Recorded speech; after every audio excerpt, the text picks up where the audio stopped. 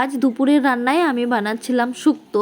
এই গরমে না একটু তেতো একটু টক এইসব জাতীয় খাবারগুলো বেশ খেতে ভালো লাগে বা মুখেও লাগে বলতে পারেন।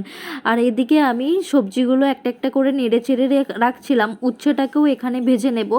একা হাতেই আমি সব কিছুই করি। Hello everyone, welcome to my new mini blog.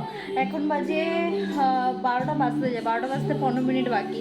আর আমার পুজো দেওয়া হয়ে গিয়েছে, শ্রেয়া গেছে স্কুলে, আর শম্ভু রাত্রে কালকে দোকান থেকে আসে না, তো যে কারণে একটু আমার উপরে প্রেশার পড়ে গেছে আজ। আর দুপুরে রান্না বান্নাটাও আমি বসিয়ে দিয়েছি। চলুন আপনাদেরকে দেখাই আজকে দুপুরে রান্নাতে কি হচ্ছে।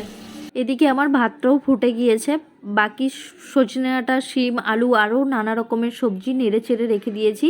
মশলার মধ্যে সর্ষে, পোস্ত, কাঁচা লঙ্কা, আদা এটাকেও পিষে রেখেছি। রান্নার ফাঁকে ফাঁকে বাড়ির আরও অন্যান্য কাজগুলো সেরে নেব। সকালটা একটু ব্যস্তই হয়ে একার হাতে পুরো কাজটাই সামলাতে হয়, সেই কারণে মেয়ে আবার স্কুল থেকে চলে আসবে, তার আবার দুপুরে টিউশন আছে, যে কারণে আরও রান্নার তাড়া থাকে আমার।